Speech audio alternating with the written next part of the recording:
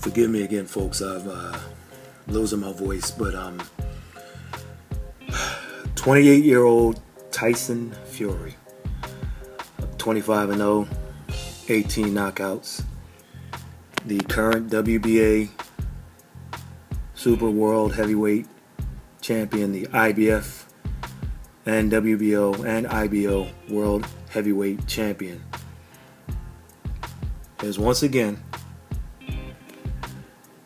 backed out of the rematch with Wladimir Klitschko. Wladimir, 64-3.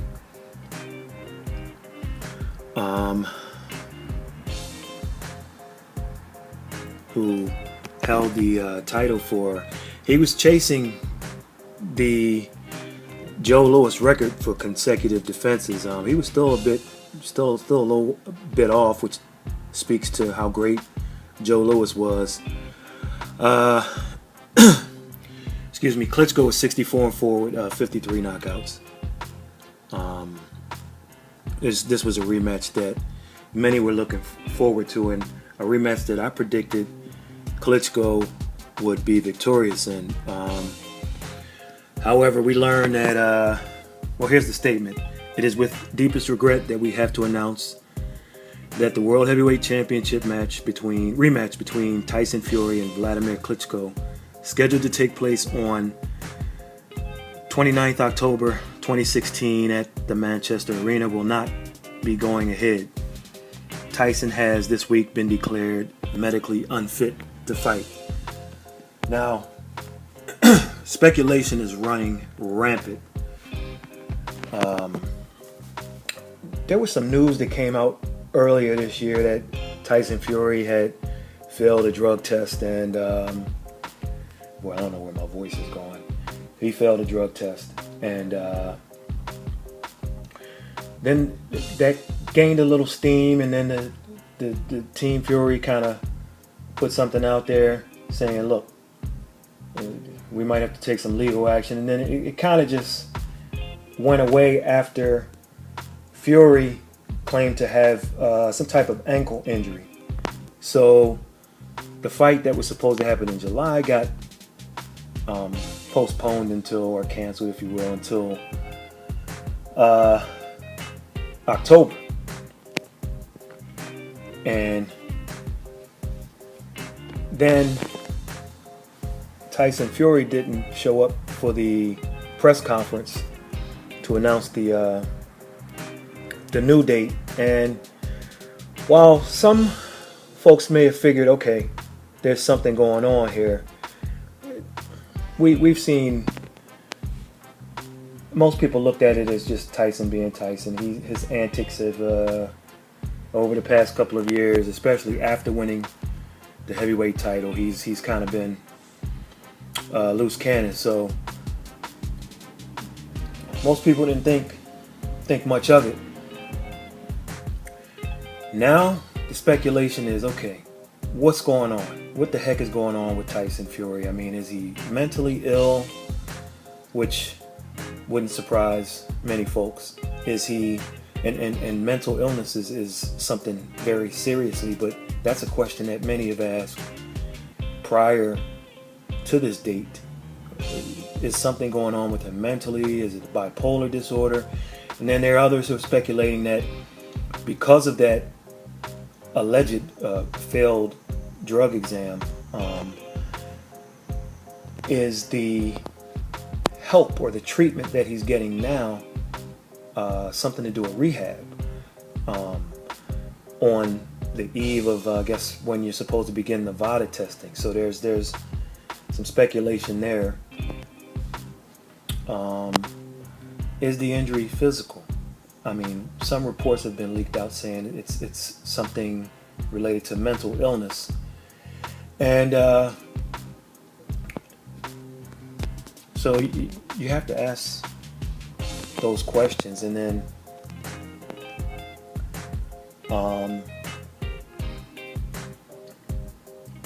and if you look at boxing journalist Danny Howard, he asked a legitimate question. Even at age 28, you have to ask. It's a legitimate question at this point because we've waited over a year for this rematch, and the question is, has Tyson Fury fought his last fight?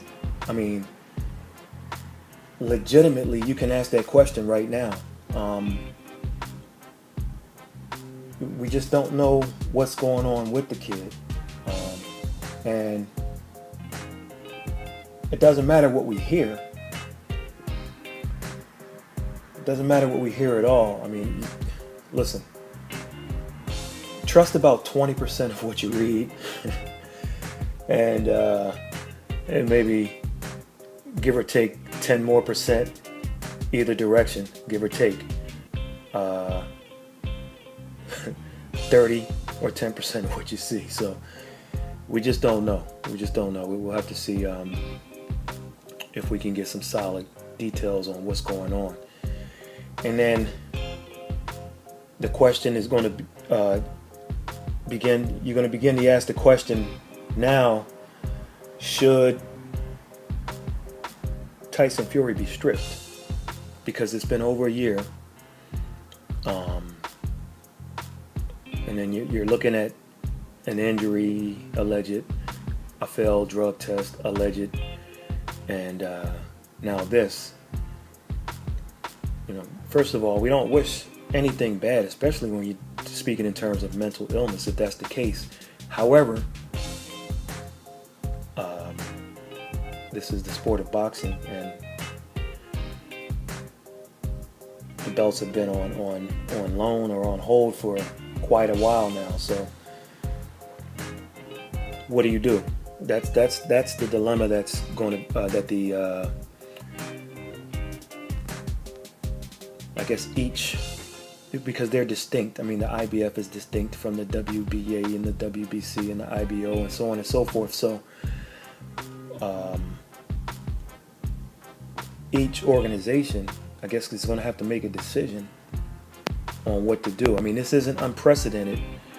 I remember back in the day, not too long ago, as a matter of fact, ironically enough, Vladimir's brother, Vitaly, depending on what part of the world you live in, he was the champion, I think it was in recess or champion emeritus, one of the two, for over 2 years, it seemed like. In other words, he had a claim to the belt. They all of these super champions and regular champions and so on and so forth, that went on. But then as soon as Vitaly, as soon as he was healthy enough to fight, he came back and he got his shot. This was after 2 years. So boxing has no rules, but whenever they do have rules, they kind of make it up as it goes. So, and now that there is a precedent, we'll see. But the fight is off. Speculation is I mean, you can go channel to channel on YouTube, website to website, on the World Wide Web, and the bottom line is we don't know, but everybody is giving their take on it, and we're just gonna have to see how it plays out. Another piece of speculation is a member of Anthony Joshua's team sent a tweet out saying that they reached out to Wladimir Klitschko and that they would love, I don't know if it was Hennessy or Eddie Hearn, or I can't recall who it was, but that they were interested. I mean, that's a fight that they would be interested in for November 26th. They don't have an opponent yet. Anthony Joshua, Team Joshua. There was rumors that it could be Huey Fury, of all people, Tyson's brother, or maybe someone else as a bit of a tune-up. Now, that would be big if I don't like the odds of it happening, but if Vladimir could take a crack at the other belt, the only other belt that realistically that's being held by someone else. I mean, you do have the big Cuban, but if he can get a crack at Anthony Joshua's shot in the UK, I mean, sell out 50,000, however many fans can fit in the arena. That would be big. It would be big for Klitschko. It would be big for Joshua. That would be his litmus test to see if he's where he feels he is, and then it'll give Wladimir a shot at something legitimate before these belts get vacated or split up or however it's going to play out. So we'll see. We'll see.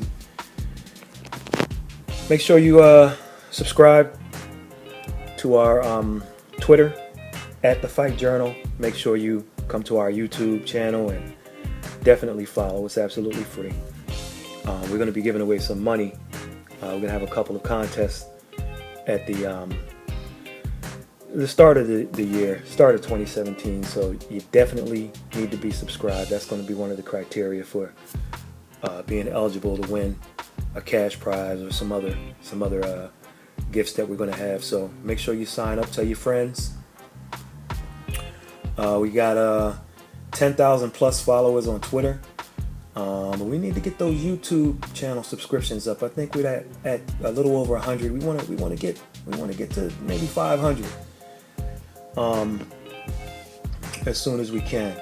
So, and make sure you also, for any video that we do, for any story that we write, every interview, whatever the case may be, if you go to thefightjournal.com, on the top left side, you'll see a box where you can enter your email to follow this blog.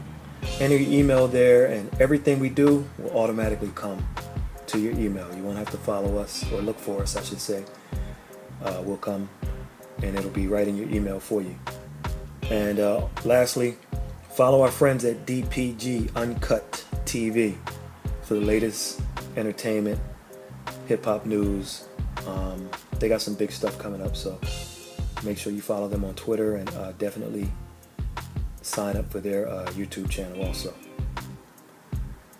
We'll catch you on the next one.